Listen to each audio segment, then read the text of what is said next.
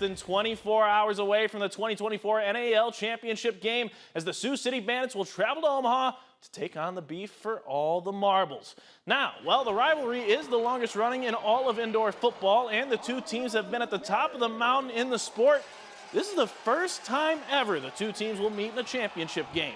However, the Beef have gone on a streak lately against Sioux City, winning the matchup the last 5 times between the two teams. Current Bandit defensive back Chris Perry, he was a member of the Beef for most of those games. So if anyone knows what's at stake when these two meet up, it's the former Troy Trojan.